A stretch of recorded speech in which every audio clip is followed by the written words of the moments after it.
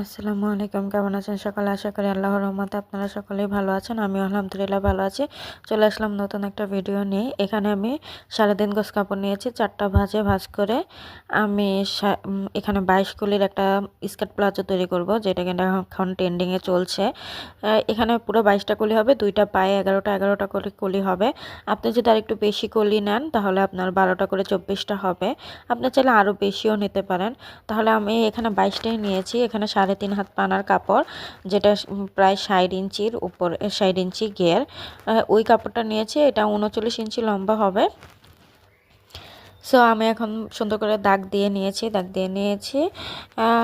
7 ইঞ্চি হলো নিচের অংশটা, আর উপরের অংশটা হলো 3 ইঞ্চি, যেহেতু ওনার 50 ইঞ্চি কোমর থাকবে।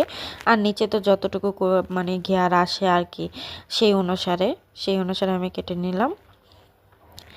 সবগুলো পাট আমি কেটে অবশিষ্ট যেই সাইডের কাপড়টা রয়ে গেছে সেটা আমি বাদ দিয়ে নেব।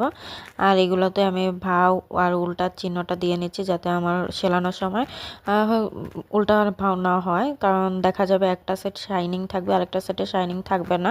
সেই জন্য আমি একটু মানে দাগ দিয়ে নিচ্ছি। দাগ দিয়ে নিলে সেলাতেও অনেকটা উপকার হবে। সো এই যে আমি দাগ দিয়ে নেওয়া শেষ। এখন আমি সেলাবো। সেলাইয়ের অংশটাও আমি আপনাদের সাথে শেয়ার করছি, কিভাবে কলিগুলো প্রথমে জোড়া করে নেব।